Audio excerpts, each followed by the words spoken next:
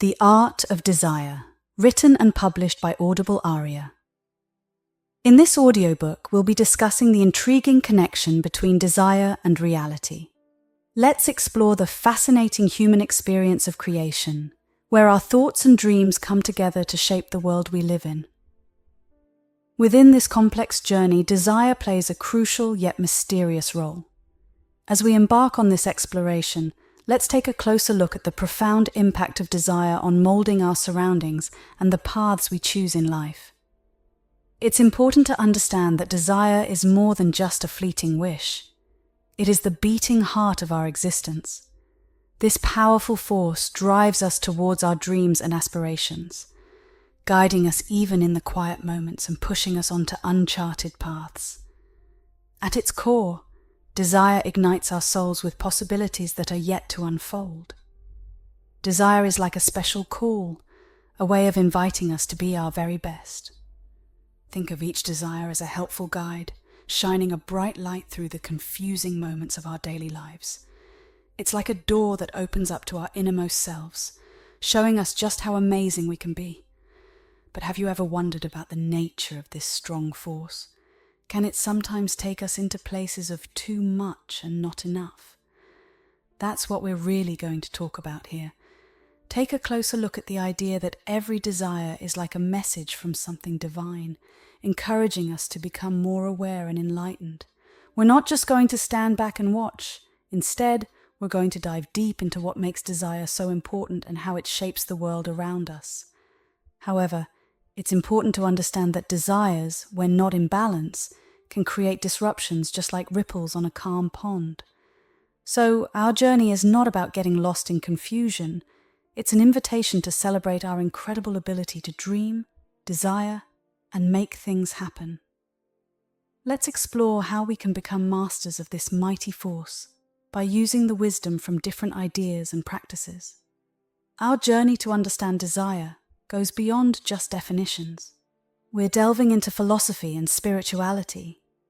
Desire, in its simplest form, is a strong wish that pushes us towards our goals, dreams, and hopes. It's like the quiet voice in our hearts or the gentle push from our souls, encouraging us to aim higher than where we are now. From a philosophical perspective, desire has often been seen as the main driving force behind human actions, a powerful influence that shapes our very existence. As we look back in history, we find that different cultures and religions have interpreted desire in countless ways, creating a captivating mix of beliefs and viewpoints. In ancient Greek philosophy, for example, desire was viewed as a fundamental force that could lead to both remarkable achievements and unfortunate downfalls. Plato, a famous philosopher, described desire as a charioteer guiding the soul, highlighting the intricate relationship between reason and passion. In the philosophies of the East, like Buddhism and Hinduism, people often see desire as a cause of suffering and illusion. They believe it's something to overcome in the search for spiritual enlightenment. However, it's not just in these big philosophical or spiritual traditions that we get ideas about desire. Indigenous cultures from different parts of the world, who have a strong connection to nature and the universe, have a more complete view of desire. They often see it as a vital part of life, necessary for growth and renewal. As we go deeper into this topic, we discover that desire has a dual nature.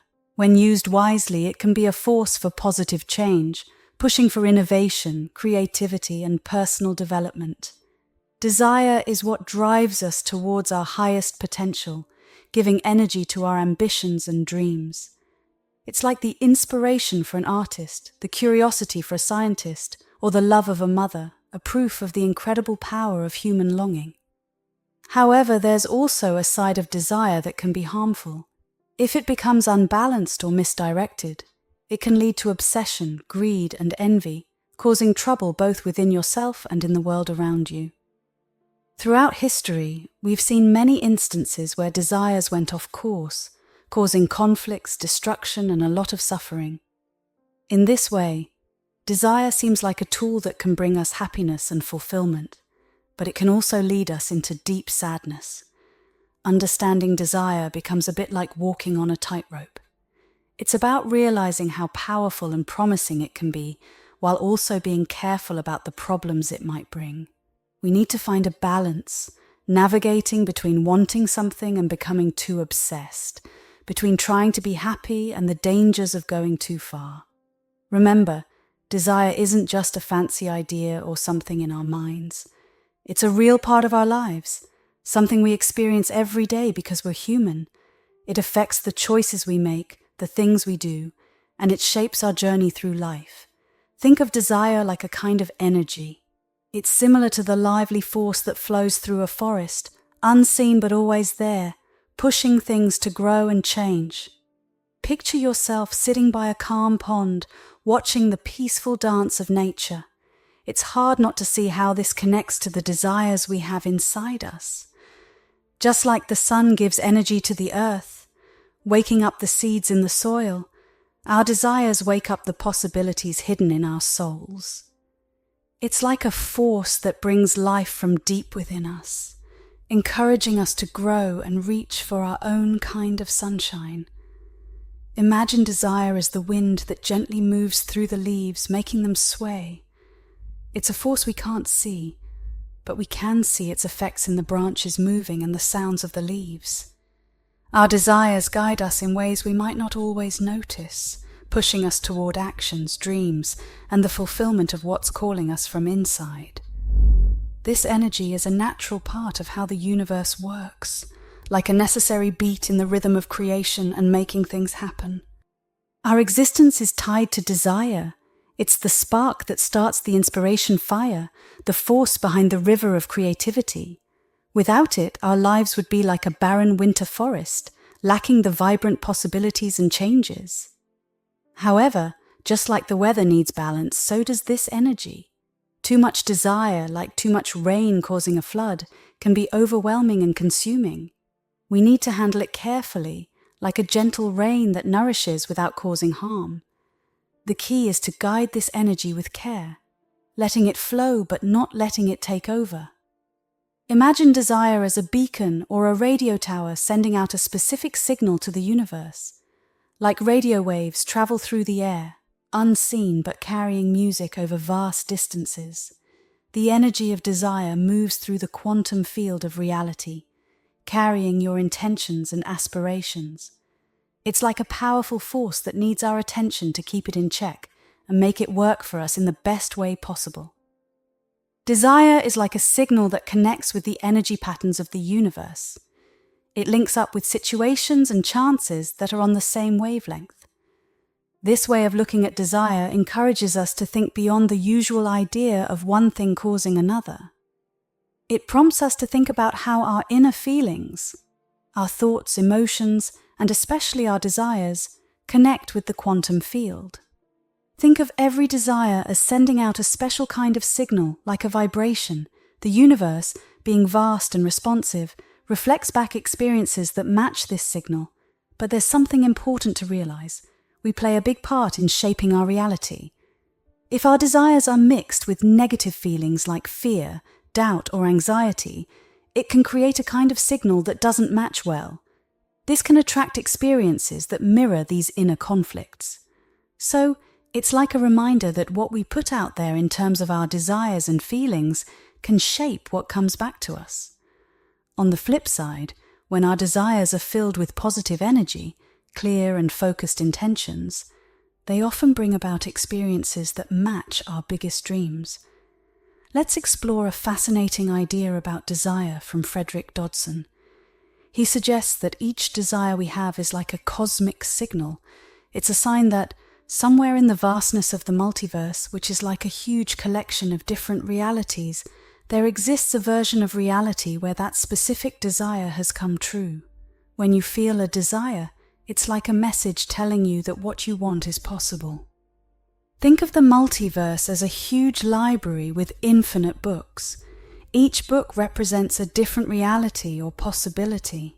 In one of those many books, there's a story where your desire has already happened.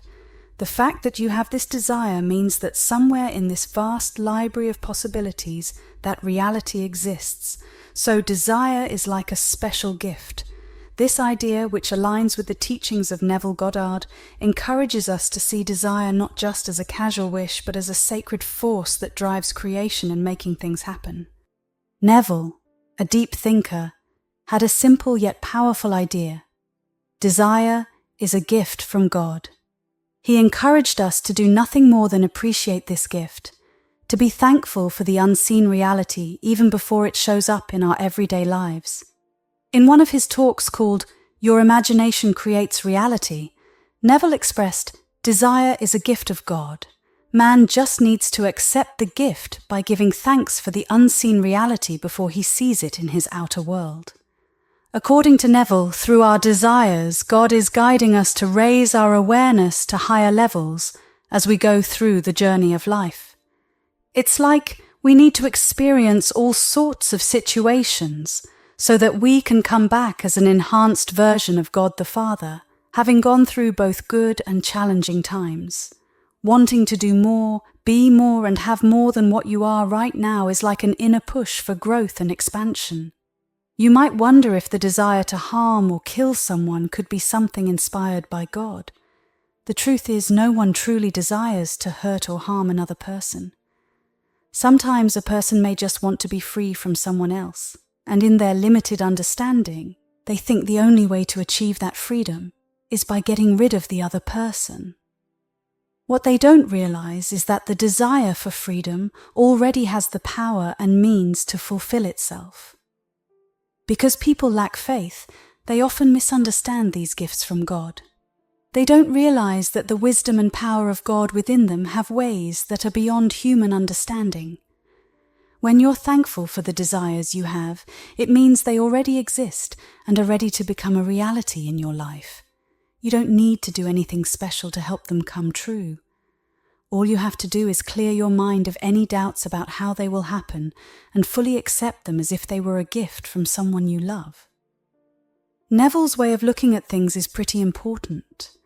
According to him, the potential for everything we want to create is already planted in our desires, like a gift from a higher power or a universal consciousness.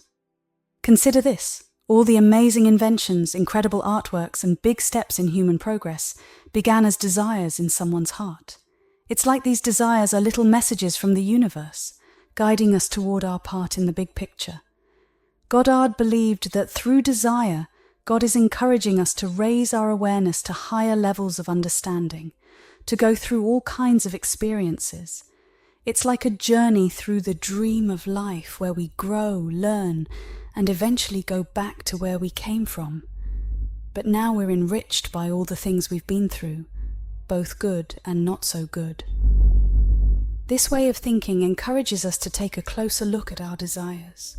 Wanting to do more, be more, and have more than what we have right now isn't greed. It's a natural push for growth, a kind of divine encouragement for us to evolve. Desire is kind of like an art form, just like the way we talked about expecting things. Picture it like a scale. On one side, you have your desire, and on the other, you have the universe and its natural balance. Now, if we put too much stress, anxiety, or importance on our desires, it's like we're making one side of the scale heavier. This creates an imbalance. This unevenness, or excess potential as we call it, can strangely end up pushing our desires away. It brings in obstacles and challenges. Ever wanted something so badly, but it felt like it kept slipping away? The impact of this excess potential on getting what we want is pretty big. When we're too tied up with what we desire, it creates a kind of tension. This tension can show up as stress, a fear of failing, or even acting a bit too obsessively. All of these things can mess with the natural flow of events that could have led to our desires coming true. It's a bit like holding a delicate bird too tightly in our hands. Holding on too hard might end up hurting the bird and stop it from thriving. The secret to handling excess potential and making our desires more likely to come true lies in finding the right balance between wanting something and not getting too attached. This balance doesn't mean we should ignore or reject our desires. Instead, it's about keeping a calm and easygoing attitude about them. It's like caring about what we want, but not stressing out or feeling desperate. Balancing desire and detachment involves a few important practices. Firstly, we need to lessen how much we make our desires the most important thing in the world. It doesn't mean we should think less of our desires, but rather approach them with a confident and calm mindset. We believe that getting what we want is great, but it's not the only thing that decides our happiness or self-worth. Secondly, being thankful for what we have and being content with the present moment is crucial. This helps anchor us, preventing us from getting too anxious or wanting things too much. When we appreciate what we already have, it creates positive energy that can bring more good things into our lives, including our desires coming true. Lastly, visualization is pretty important. Imagining the outcome we want in a relaxed and not overly attached way, as if we're already enjoying what we desire, can help align our energy with that reality. This doesn't mean obsessing over the outcome, but gently getting our subconscious mind in line with our conscious goals. If you're visualizing and the feeling behind it is more about hope, desperation, or longing, like I really need this job or I must win this lottery, it can create that excess potential we talked about. At its core, managing excess potential is about finding the right balance between wanting something and being able to let it go. It's like taking care of your desires with positive energy without letting fear and worry get in the way, so that life's natural flow can help turn them into reality. The journey from when a desire is born to when it actually happens can be just as enlightening as seeing the desire come true. Let me share a story about a young artist I met, and you might have heard about her before. Going after what you want often turns into a journey by itself, a journey that changes you personally. The problems you run into aren't just things to get past, they're chances to grow and learn. Going after your desires teaches you how to be patient, how to be tough, how to be creative, and most importantly, how to understand yourself better. But it's not only when you achieve your desires that you get something out of it. Even when your desires don't come true or when they take a different path, you still learn important lessons. These experiences teach us that things don't last forever, and it's crucial to be adaptable. They show us the value of looking at our desires again and adjusting them, helping us become more connected with who we really are and the always changing pattern of life. So, the whole process of chasing after what we want is like a lively dance between having big dreams and adjusting to what actually happens. It's about finding happiness and meaning not just in reaching our goals, but in the whole journey, from setting our sights on something to actually getting there. Each step we take, every obstacle we face, and every time we succeed is part of how we grow. In the end, going after what you desire is more than just trying to get a specific result. It's a journey of becoming. It shapes who you are, molds you, and often takes you to places you didn't see coming, revealing parts of yourself you might never have known about. When we start exploring the world of desire, it becomes really important to think about the ethical side of it. Desire often gets a bad rap in many cultures, seen as something linked to greed, excess, and moral problems. But this way of thinking oversimplifies things and ignores the fact that desire itself is pretty neutral. The word desire carries a lot of baggage, thanks to historical and cultural ideas that see it as something to be cautious about or even shut down. This comes from the worry that if desires aren't kept in check, they can lead to selfishness, harm to others, or an unbalanced life. And yes, if desires are pursued without thinking about what's right and wrong, they can lead to bad stuff. But it's really important to understand that desire itself isn't automatically good or bad. It's what we do and how we act based on those desires that matters morally. When you're thinking about making your desires happen, you always need to consider the impact and think about who you're serving, yourself or others. This means asking some tough questions. Will going after what I want hurt others or the environment? Am I stepping on anyone else's rights or well-being? Am I being honest and fair in trying to make my desire come true? Asking these questions is like having a moral guide for your desires. It makes sure that when you achieve what you want, it's not just good for you, but also for the people around you and the bigger picture of making things better. I strongly believe that every choice we make is like a key turning in the lock of a choose-your-own-adventure book. We're deciding if we're going for a me-first kind of life, where everyone is just looking out for themselves, or if we're leaning towards a let's work together for the greater good kind of life. Thinking about what Goddard taught, we see a more detailed way of looking at desire and what's right and wrong. Goddard didn't see desire as automatically being bad or good. Instead, he saw it as a natural part of being human, a kind of divine push guiding us to what we're meant to do in life. He stressed how important our inner thoughts and awareness are when we're trying to make our desires happen. According to Gard, if the things we really want come from a place of love and gratitude and having a positive mindset, they match up with a higher moral and spiritual way of doing things. This way of thinking encourages you to look inside yourself and make sure your intentions are pure, so that what you want doesn't just benefit you, but also adds something good to the world around you. Doing this the right way means following the principle of harmlessness. That's a fancy way of saying that when you go after what you want, you should be careful not to hurt or make others suffer on purpose. It's about finding a balance where your dreams can fit in well with what others need and have a right to. Also, this approach to desire asks for a sense of responsibility. It's about understanding that what you do has consequences, and you need to take responsibility for what happens because of your actions. This way of thinking helps you see how everything is connected, and it makes you respect the bigger picture of the society and nature around you. The journey to make your desires come true is like a winding road with lots of obstacles. Doubt in particular is a big hurdle. It sneaks in and whispers that what you want is impossible, too big, or just not doable. I remember a time when I really wanted to write a book. I had this clear picture in my head, but doubts were right there with me. Who would even want to read what I write? Am I good enough for this? These questions got stuck in my mind, and it felt like they were stopping me from making any progress. The breakthrough happened when I changed my focus. Instead of getting stuck on those doubts, I started imagining what it would feel like to hold my own published book and feel proud. I started writing every day, even if I thought it wasn't that great, and slowly I started feeling more confident. It was a process of turning away from doubt and moving towards action, even if the steps were small. Fear, especially the fear of failing, is a big obstacle that can really stop you from going after what you want.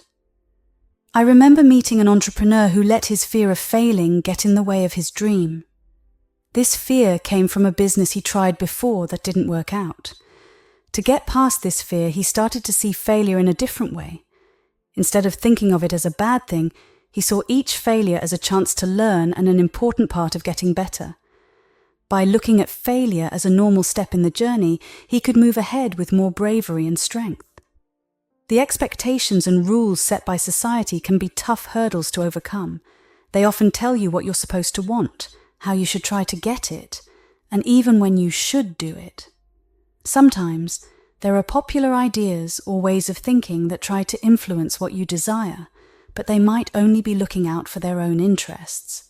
Breaking away from these expected paths means you need to have a strong sense of who you are and be willing to make your own choices. Getting past these challenges usually involves looking inside yourself, sticking with what you want, and using practical plans. Journaling, which I've been talking about a lot, is a great tool for dealing with doubt and fear. When you write down what you're afraid of or unsure about, it helps to take those feelings out of your head and make them feel less scary and more like something you can handle. Certainly, I can't forget to bring up the importance of mindfulness and meditation. They're always key to keeping your mind clear and focused, which is crucial for overcoming any obstacle. When you're dealing with challenges, you'll discover that the journey towards what you want is just as valuable as actually getting what you desire. Every problem you face, every hurdle you manage to get over, contributes to your personal growth, making the achievement of your desires even more satisfying. At the core of making your desires come true, there's a dynamic duo that often doesn't get the credit it deserves: gratitude and acceptance. Gratitude isn't just about feeling thankful, It's a powerful force that can really change how you see and deal with your desires. When you approach what you want with gratitude, you're moving from thinking you don't have enough to realizing you have plenty. This change in mindset is really important because it lines up your thoughts and emotions with the positive result you're aiming for. I can think back to a time when I was working on getting healthier. At first, I was really focused on how frustrated I was with my current situation. But when I started being thankful for even the tiniest improvements, no matter how small they seemed, the whole journey became more fun and less of a burden. Changing my attitude didn't just make the process more enjoyable, it actually seemed to speed up the improvements. It made reaching my goal less of a big deal because I was better at living in the moment. Recognizing our desires as gifts is another important part of making things happen. It means acknowledging what we want without passing judgment and having faith that these desires are guiding us towards something good. This acceptance isn't about being passive. It's an active choice to say that what we want is valid and worth going after. I remember when I was struggling to accept that I wanted to change my career. It seemed impractical because of my age and responsibilities. But when I started to see this desire as a genuine expression of who I am, a real possibility in the vast possibilities of life, instead of something to be ashamed of, things started to change. Doors opened up, opportunities and ideas came to me, almost as if by accepting my desire, I'd given it the green light to happen. Gratitude and acceptance are both really important in how we go through the journey to get what we want. They help us trust the process, even when it feels slow or uncertain. This trust isn't blind, it's based on understanding that our desires are on their own journey, finding their way to becoming real at just the right time. In today's world, what we want is greatly affected by things like technology, social media, and the fast changes happening around us. These factors shape and sometimes make our connection with our desires more complex. The importance and effect of desire in today's society are huge. Our wants play a big role in the economy. They create trends and they push for new ideas and creations. But at the same time, they also contribute to a culture of wanting more. More stuff, more accomplishments, more experiences. This constant desire for more can make it feel like we're never satisfied, always chasing after the next big thing. Technology and social media play a big role in shaping and intensifying our desires.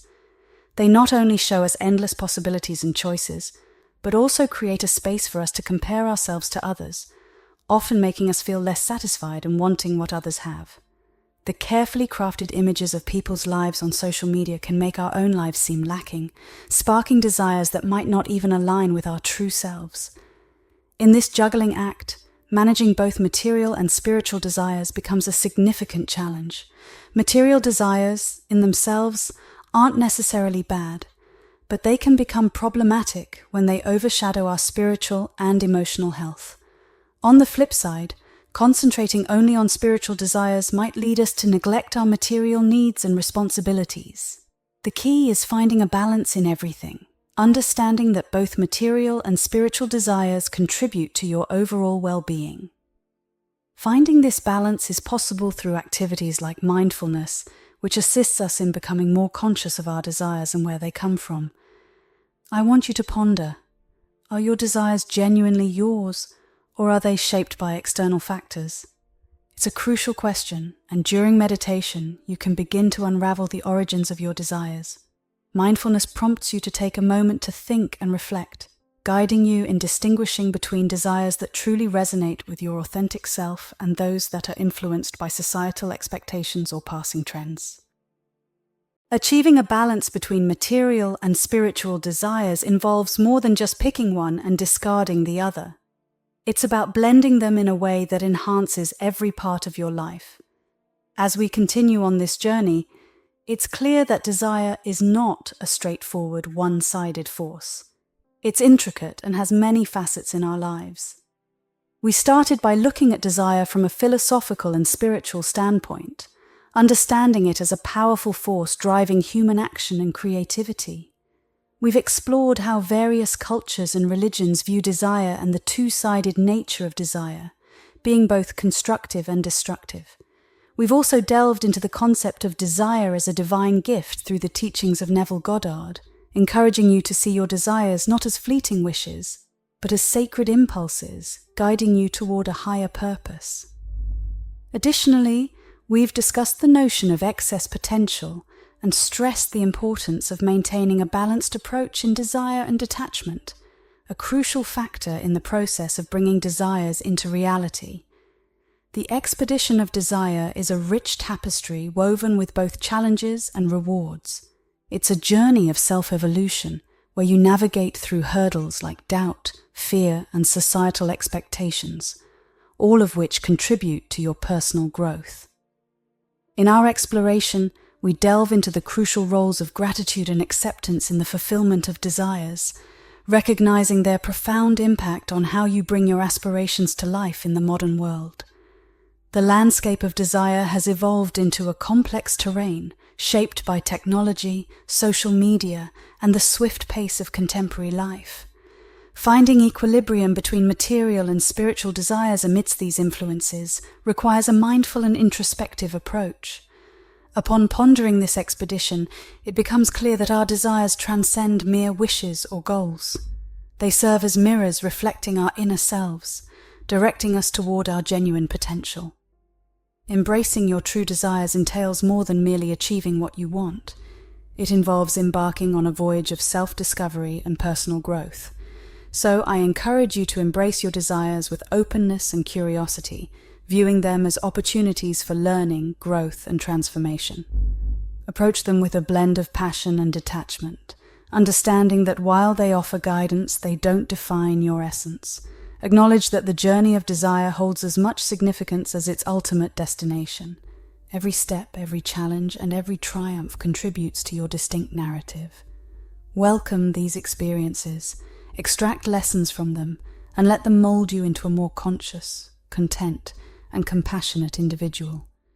May the exploration of desire be an ongoing journey, evolving with you as you navigate the ever-changing landscapes of your life. May your desires serve as the compass guiding you to your true north, leading you toward a life filled with purpose, joy, and fulfillment. Now let's embark on a brief meditation utilizing the insights we've gathered, allowing you to tap into the energy of desire to bring forth whatever you wish. Find a quiet and comfortable space. Sit or lie down in a position that feels relaxing. Take a deep breath. Inhale, and as you exhale, let go of any tension in your body. Gently close your eyes. Shift your focus to your breath. Inhale deeply, filling your lungs, then exhale slowly, releasing stress and tension. With each breath, sense a growing state of relaxation and centering. Picture a serene light enveloping your body, starting from your feet and moving upward. Experience the warmth and comfort as it eases every part of you. Now bring to mind a desire nestled in your heart. It could be a goal, a dream, or an aspiration. Something resonated with you when I mentioned it. Clearly visualize this desire, envision its colors, and immerse yourself in its presence. Embrace the energy it radiates and conjure up all the vivid details of the reality you wish to create. As you concentrate on this desire, recognize it as a natural and essential aspect of who you are. Consider it a present, an instinct guiding you towards growth and fulfillment. While keeping this desire in your thoughts, let's explore the idea of detachment. Detachment doesn't imply abandoning or devaluing your desire. Instead, it involves letting go of the excessive emotional intensity surrounding it. Picture that with each exhale, you are releasing any tension or unease associated with this desire. Inhale tranquility, exhale any feelings of neediness or desperation. Inhale tranquility, exhale any feelings of neediness or desperation. Recognize the excess potential that might have accumulated around your desire. This excess potential arises when you assign too much significance or emotional investment in the outcome. Picture and visualize this excess potential as a cloud enveloping your desire. With each breath, see this cloud becoming lighter, dispersing, and eventually clearing. Now your desire stands clearly, liberated from excessive pressure. Envision your desire flowing with the natural rhythms of life. Picture it as a leaf gently drifting on a serene stream, progressing toward fulfillment at its own pace and in its own manner. Trust the process. Believe that the universe has a way of aligning things for your highest good. Your role is not to force the manifestation, but to harmonize with this natural flow. Shift your attention to feelings of gratitude.